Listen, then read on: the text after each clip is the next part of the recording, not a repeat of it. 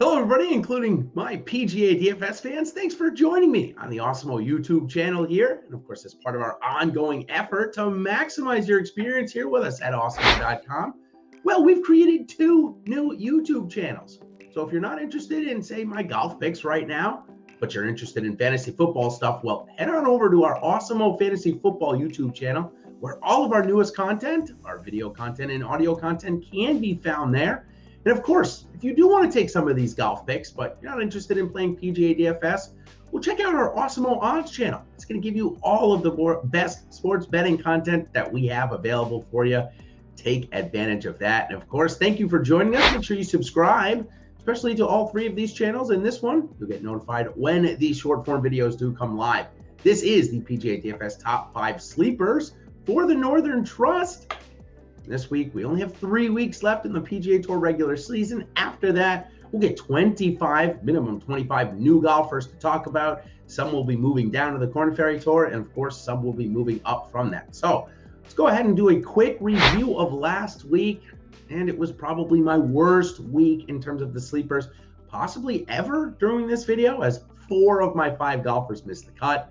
Will Zalatoris, well, he was the only one to make the cut for me. Michael Gellerman, Akshay Bhatia, JT Poston, Matthew Wolff, all missing the cut last week. Bit unfortunate, wouldn't you say? So let's go ahead and jump right into this week's, because I can't do much worse, right?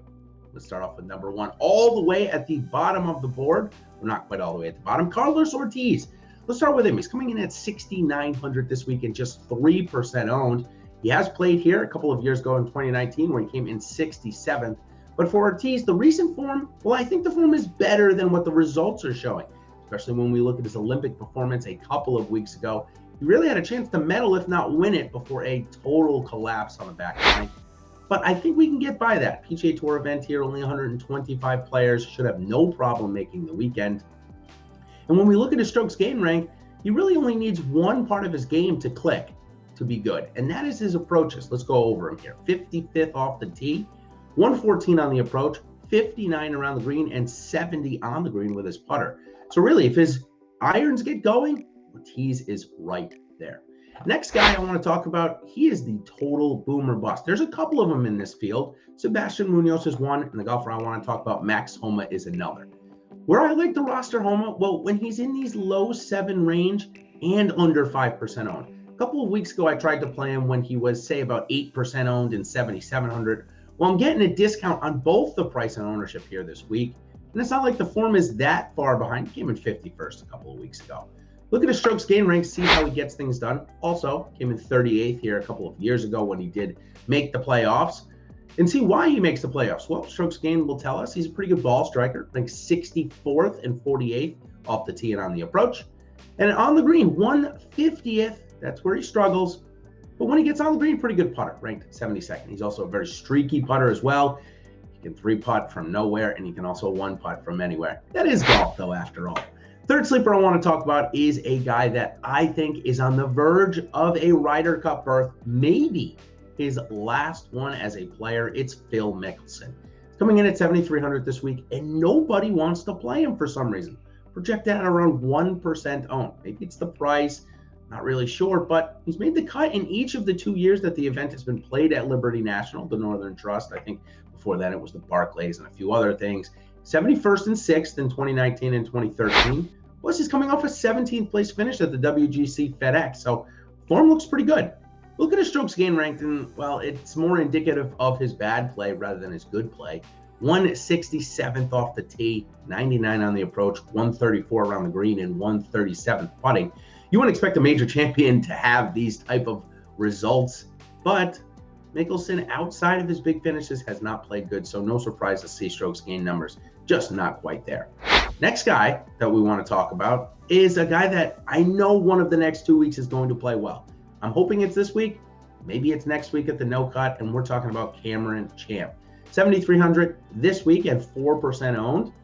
Has a top 21 here a couple of years ago, and is one start removed from his win that he had at the 3M Open. Kind of came out of nowhere. And we know Cameron Champ, well, he likes to do it off the tee. He's ranked 7th this year. He's improved on his approaches, ranked 146th. I think he ranked outside of the top 170 last year, but his short game, That's why he's had a struggle this year, ranked 197th around the green and 201 putting.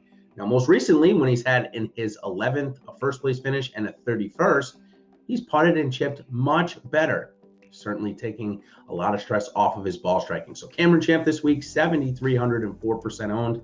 I like him. If he misses the cut, I'll probably like him even more next week. All right, the last guy I want to talk about, and if you checked out my value video already, I mentioned a little bit about how I felt ownership was going to play out. And it seems like Alex and us over here at Awesemo projected out to be what I thought, very, very balanced. Not many golfers, if any, will get over 20% owned this week, which is not going to allow for many golfers to be under 10% owned either. One of the three that are going to be at or under 10% owned this week above 8,000 is Hideki Matsuyama. Coming off of the missed cut at Sedgefield, Matsuyama may be seen as a little bit more of a risk compared to the guys at 9,100 and Daniel Berger and 8,900 and Webb Simpson.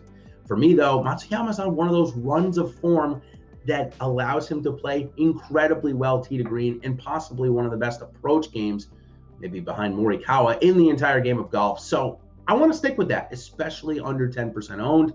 Matsuyama, let's check out his other stats here. 30th at this course 2 years ago at Liberty National.